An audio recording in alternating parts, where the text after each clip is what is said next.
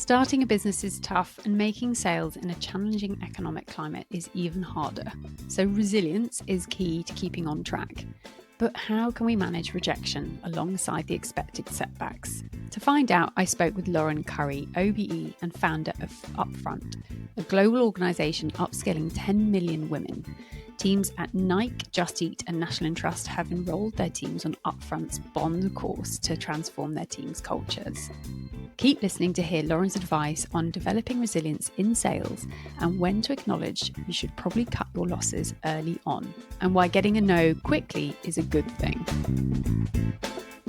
Thank you, Lauren, for joining How to Start Up today. It's wonderful to have you on the show. Before we get into all the nuts and bolts about resilience, I would love it if you could just give a brief introduction as to who you are and a bit about UPFRONT, which is the business that you founded. Of course, I'm super happy to be here. Thank you for having me, Juliet. My name is Lauren Currie and I am a founder. I'm an entrepreneur. UPFRONT is my sixth business and we are on a mission to upskill 10 million women with confidence, visibility and leadership skills. I'm also a writer. This year, my children's book is coming out in September.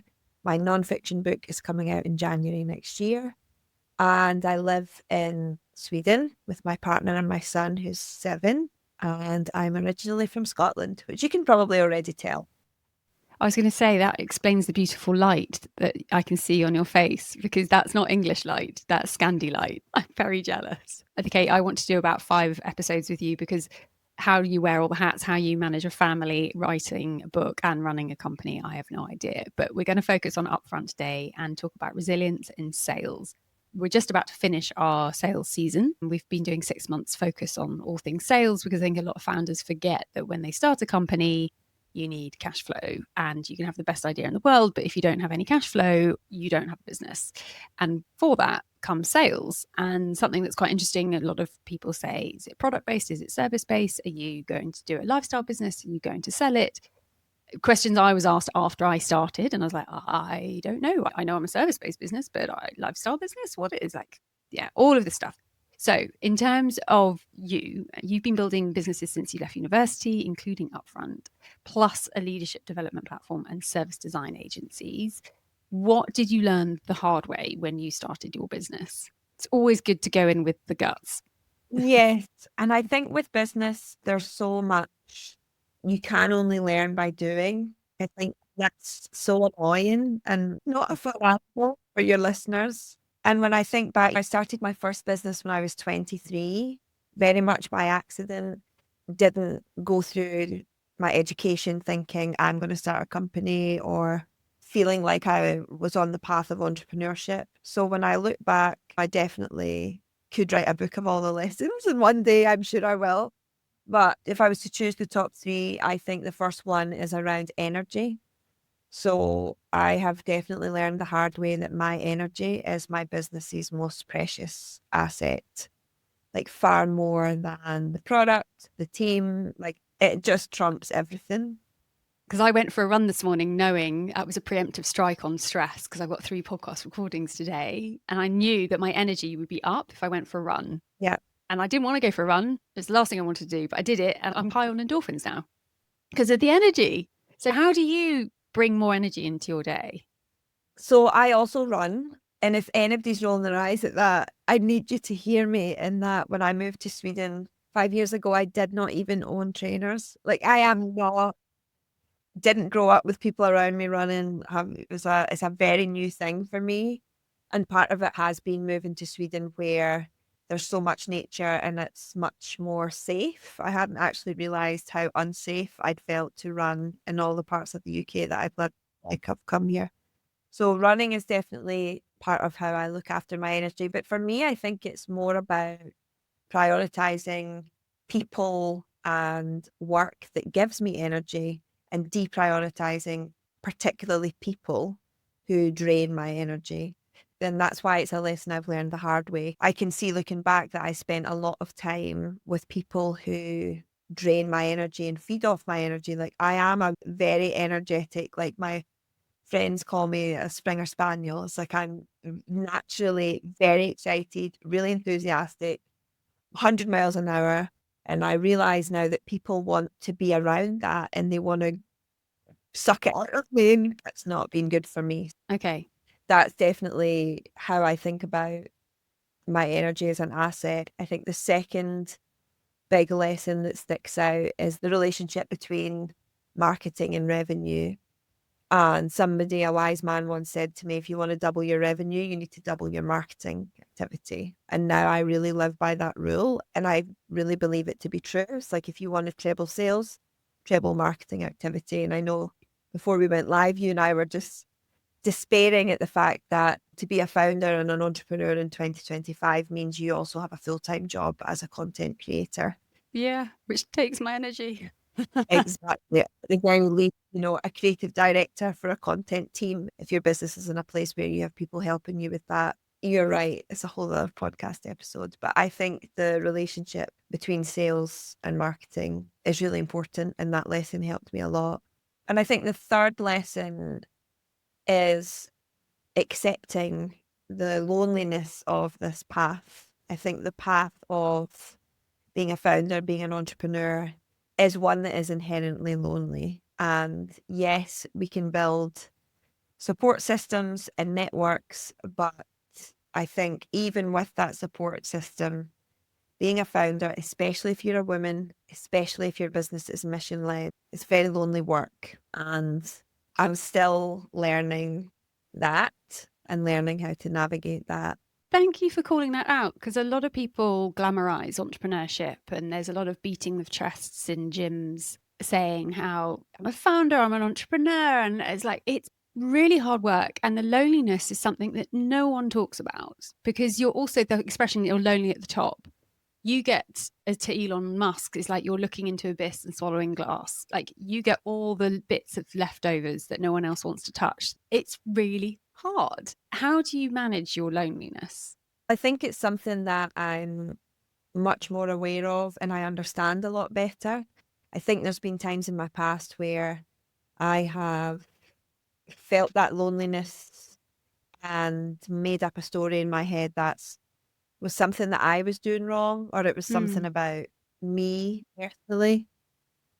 And now I understand that to be a woman who is publicly and openly very ambitious, to be a woman who publicly and openly talks about money, who is building a business that at its core is challenging the status quo, that is, the word controversial feels extreme for me. If we zoom right out, it is a controversial place to be. Yeah. Yeah, it's a bold place to be. But someone has to do it. And I'm really grateful there are women like you who are, because you lead and others will follow. Again, that makes it more lonely because you're one of the first people doing it. It's hard. It really, and I spend a lot of time and energy, and I do invest in support through, I have an incredible coach, Sarah, and I'm very good at asking for help. I will reach out to people and ask for what I need. And that for me was the podcast.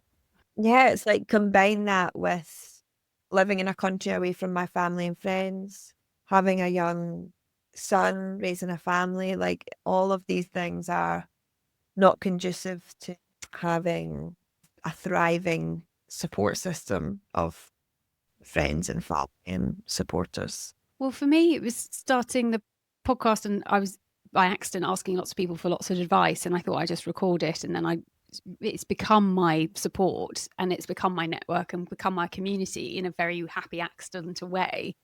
For me, I also joined co-working offices, and people are like, oh no, I can't spend any money on anything ever because I'm starting a business. And it's like, no, you need to invest in yourself. If you're not thriving, the business there's no hope for it. And with Upfront, what year did you start Upfront? So we officially became an organization 4 years ago, but I started it as a side project nearly 10 years ago. So it was my side project on the side of my other businesses for 6 years. And then I went full time 4 years ago, and we became an organization and we built a team. And before we get into how you've grown that business, do you want to give a sort of an overview as to what Upfront offer? Yes. So we are an online education company, and we are on a mission to upskill 10 million women. And we do that through our flagship product, which is called the Bond, BOND. And bond is the collective noun for a group of women. And so every cohort that goes through our product is its very own bond. And we host bonds for the public, where any woman from any walk of life in any circumstance can turn up and buy a ticket. We host bonds for organizations. So we just hosted a bond for Nike. We had a Network Rail bond.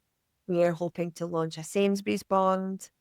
And we host bonds for specific sectors. So we have the charity bond for women who work and volunteer for the charity sector. We have government bonds for women who work in central and local government.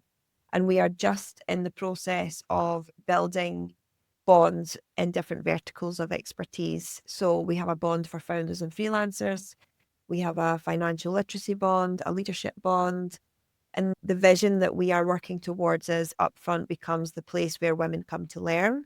And no matter what you want to learn, there will be a bond that teaches you that skill. And a bond is an online experience where there's pre-recorded content, there's weekly touch points with experts, which are live.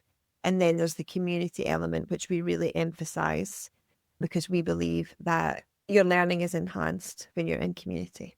Oh, thank you. It's fantastic. I know the answer to this, but for listeners, why women? Why do women need this support? Because we live in a patriarchal society where 90% of all people have a negativity bias towards women. And that is a statistic from the United Nations that hasn't changed in the last 10 years.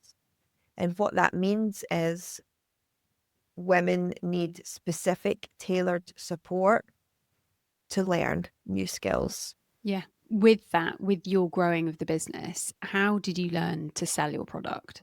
So I learned to sell from my mum because I grew up watching her sell and hustle and not give up and not take no for an answer.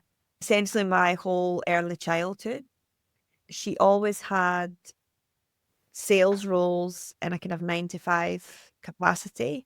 And then she had side hustles, which were very craft based. My mum is definitely a closet artist. So she used to make beautiful flower arrangements.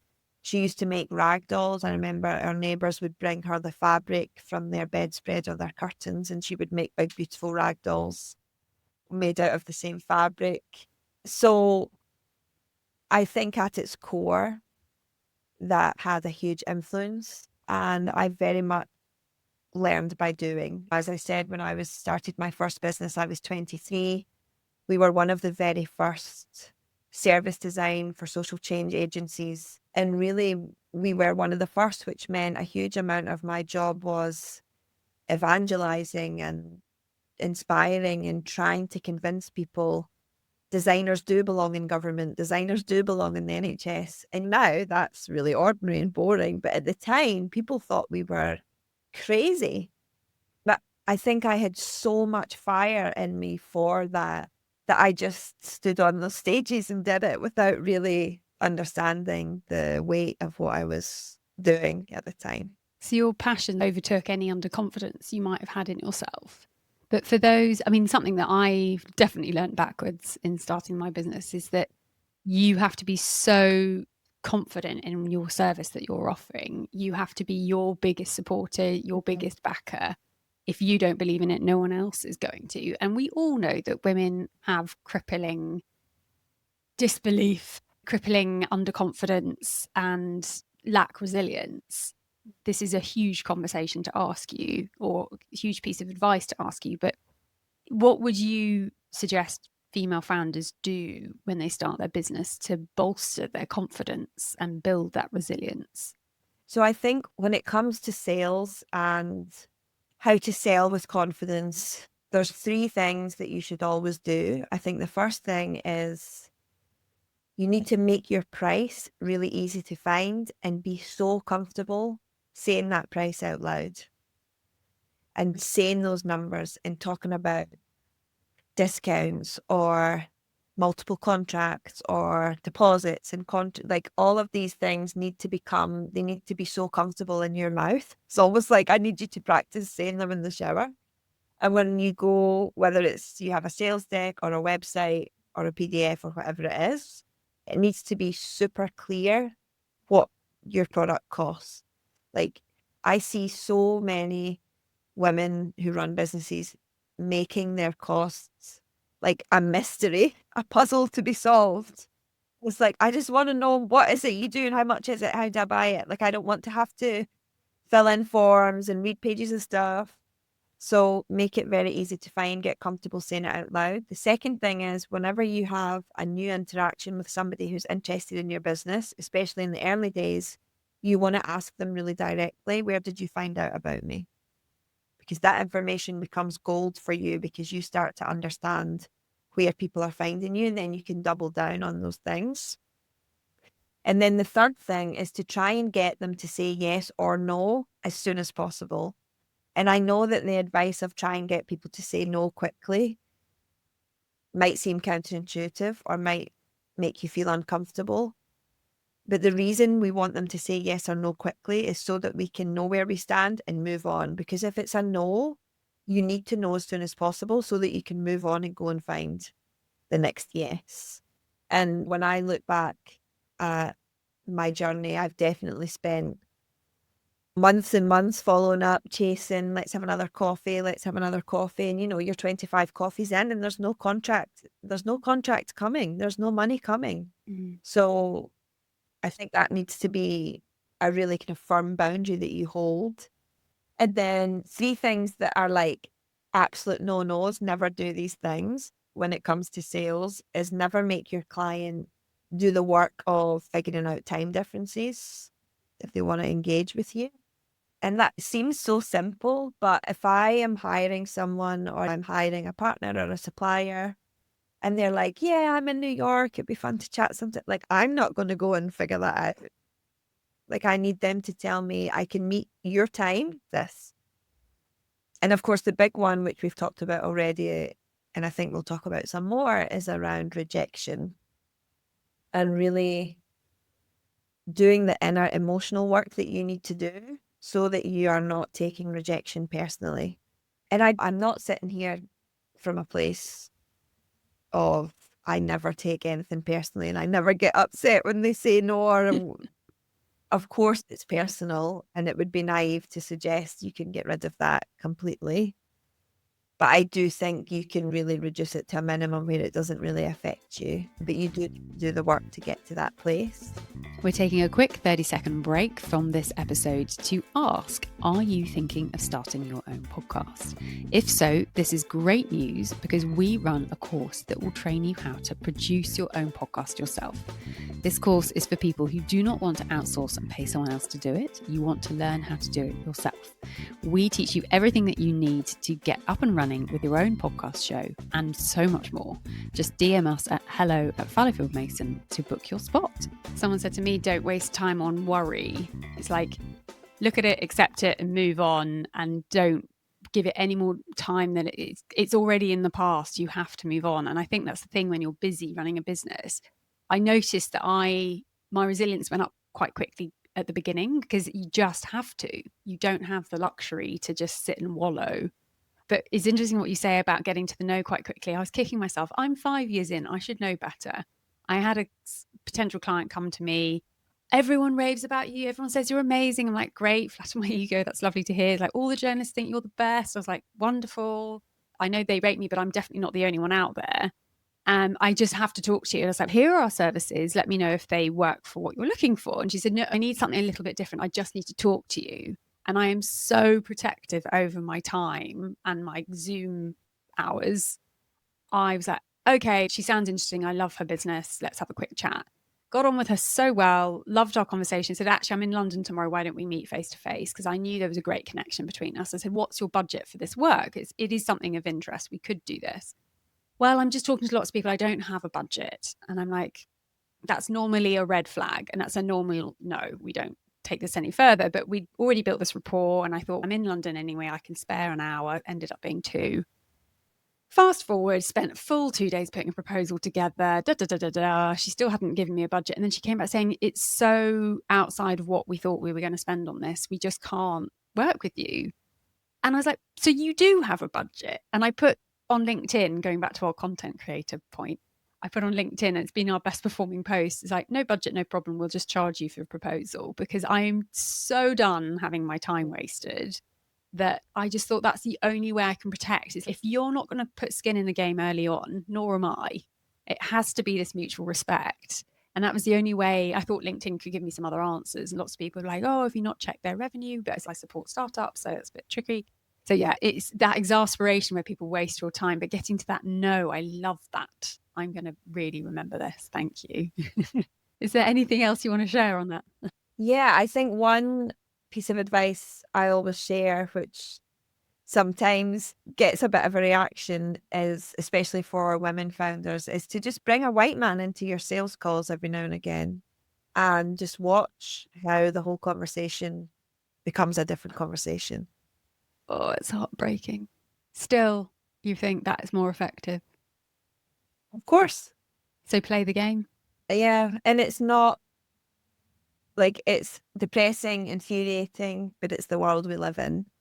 So use it. How can you use that to your advantage to support your business? For me, it's if I need to bring a man into a call so that a client feels comfortable to put 1,000 female staff through our training, that's okay. Yeah. Because you need the business to affect change. And if that grows the business to be able to affect more change, you're at peace with it. Yeah. Then we help the women that we exist to help in the first place. Yeah.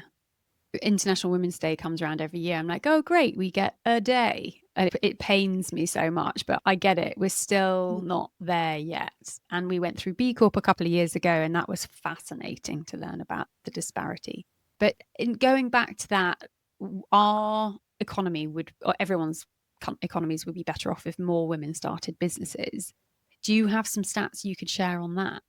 Yeah, so we know that 60% of women say that the reason they don't start a business is lack of confidence. And we know that if women started and scaled businesses at the same rate as men did, we would add £250 billion to our economy. So to me, it's like this should be top of the agenda for policymakers and institutions. But of course, we understand the reasons why it's not. So it's what can we do about it? For me, with my upfront hat on, it's like if we want more women to start and scale businesses, then we need to stop telling them to just be more confident and start creating conditions where confidence can actually grow. That's fundamentally why I built Upfront, because confidence is so misunderstood. And women are just constantly being told, be more confident, or you're too loud, or you're too much. It's like we're constantly in this double bind where essentially, no matter what our confidence looks like, we're told that we're doing it wrong. And so I think the way that we start to tackle that is, the first thing, we should be funding confidence, not just ideas. It's like confidence is an infrastructure. I think it should be built into business support programs. And it's like pitch prep, pricing, visibility, negotiation. You can't do any of that if you're not confident. And so I would really love to partner with an incubation program or a VC firm or an investor pool where they were really willing to put their money behind the confidence, and then their money's going to make them more money. So maybe one of your listeners will fit that bill and get in touch. I think the second thing is about risk. It's like we understand that it's not a case of women being less ambitious. It's because the cost is much higher to women if it goes wrong.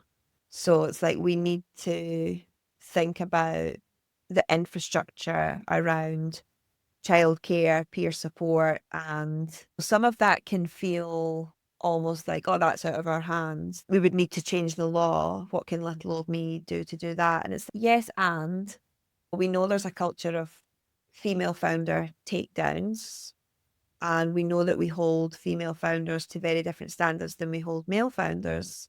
That is society as a collective performing that pattern time and time again. And I believe that the way that when we think about large scale behavior change, really that's just individual behavior change. en masse. So if we all started to do more work of why am I judging her? Who does she think she is? Internalized misogyny is a really good example, because I'm always thinking about this balance between what we can do as individuals, and we all have far more agency than we realize, and then what we need to do from a systems perspective is if we want new policies and new laws, the people who make those policies and laws are people, are individual people. That's, I guess, what makes me feel hopeful and that we can do something about it. Yeah. And have you seen in the last sort of 5, 10 years some change happening? You must have hope to keep leading your business. What makes me hopeful is the power and the impact that is created when women unlearn all of the bullshit they've been taught about what they're capable of. I don't know if you have you seen the Barbie movie? Yeah. So do you remember the scene where the Barbies are brainwashed and they're like, we have to wake them up and help them realize what's happening. So they pull them into the back of the van and give them like a short, sharp talking to. Somebody said to me, like, up front is that van. And I was like, okay, first of all, I need to get a giant red van and drive around London and one day do a really fun campaign around that. But it was a really special thing for somebody to say to me, because upfront is that van. And it might be because you take part in a bond. It might be because you have a conversation with somebody who's been in a bond. It might be because you listen to our podcast or you come along to our conference.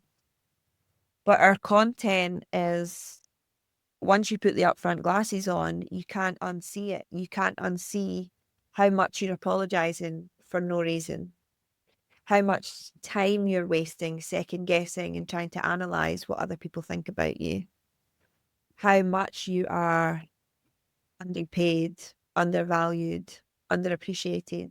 And when you realize that, yes, it can be it's upsetting. It's shit. But when you see it, then you can do something about it. And then you start to move through the world in a very different way. And that leads to more happiness, more opportunity, more money. And that's what makes me hopeful every day, because I just see it every day. And we've had over 11,000 women have gone through the bond now. And they're all out there making change happen in their own ways. And for some of them, that's around their dinner table and the conversations they're having with their husband about housework. And some of them are changing their organizational culture from within. Some of them are shaving their heads and getting tattoos. Some of them are coming out, even though for the first time when they're in their 40s. Like, there's such a vast and varied array of what that confidence looks like and how it manifests itself. But that's what makes me hopeful. That's great to hear, because I'm sitting here thinking there's the chicken and the egg. It's empowering women and then giving them the tools to change for the better. But then it's also trying to change the audience and how it's received. Because I've definitely seen that. I became self-employed 5 years ago. Typically before that, I was working for big luxury brands where no one's bigger than the brand. It wasn't about me, and that was fine. But it was suddenly I saw everything in a different light, and I was like, well, hang on a second. But now I'm typically normally quite good with boundaries, and I know my worth, and I won't have clients speak to my team members in a certain way. Like, I feel very empowered to say my thoughts, and if someone doesn't like it, that's on them. But then you're like, but I can hear my words skimming past your ears. How do I get them in your ears? It's like getting that reception in a better frame of mind. But I guess we just have to keep chipping away at it, don't we? We have to keep banging the drum. And the more women who are empowered, it's scaled. Exactly. And you focus on the people who do hear you. Yeah, that going back to the energy point. Yeah. Don't waste time trying to get people who don't really want to listen to you to listen to you. That's a waste of your time. You're focusing on the people who are listening. Yeah, that's quite freeing as well, especially when you don't have much time. Spend it wisely. Is there anything that you would like listeners to walk away from this conversation feeling? Oh, I want them to feel excited to sell. I love talking about selling, and I really do believe that when women learn to sell, amazing things happen. I want them to leave feeling motivated to get more rejections, to get more no's, and to really think about their confidence as a practice. Think of it, it's a muscle. It's a muscle that you can build. It's not something you're born with. It's not something some people have and some people don't. So how are you going to build that muscle? What does that look like for you? Of course, I always want you to come and join a bond because that's going to be the best fun and the most learning. But there's a million, bazillion different ways you can build that muscle. But you have to start. Nobody's going to do it for you. To your point earlier, what are your pricing for joining a bond? That is a really good question. So for organizations, we have a model that is dependent on the size of your organization. So we have 4 tiers. For large organizations with more than 250 employees, it's £32,000, and you can enroll every single woman in your organization for that fee. Exactly. So it's extremely cost effective because we are prioritizing impact and scale even over profit at this point in our business growth. For the charities and the local and central government, it's a similar model, which is dependent on the revenue of your organisation so that it's fair for the sector. So, for example, if you're a small to medium-sized charity, the fee is £3,000, and for that £3,000, you can enrol every single member of staff and every single volunteer.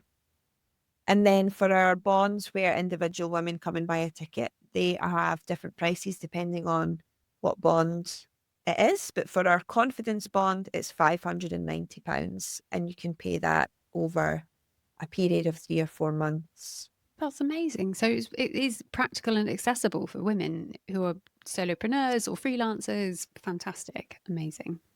Yeah. Our bond for founders and freelancers is £120. So we made that even more accessible because we know that founders and freelancers are at lots of different stages in their funding journey.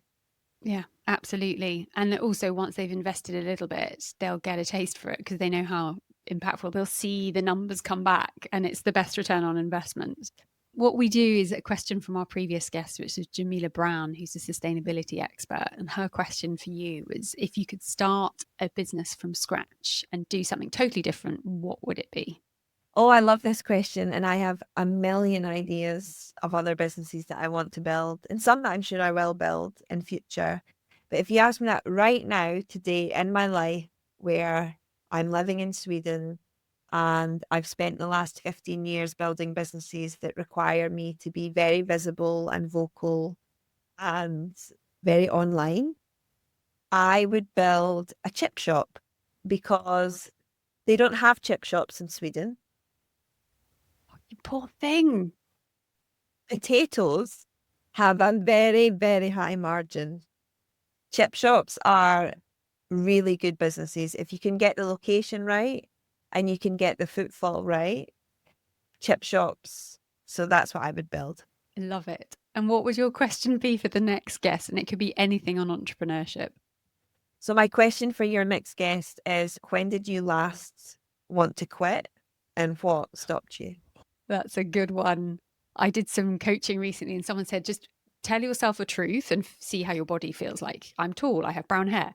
And then tell yourself a lie and see how your body feels. And it was a real body reaction to the yes and the no. He's like, right, you know how your body reacts to yeses and nos.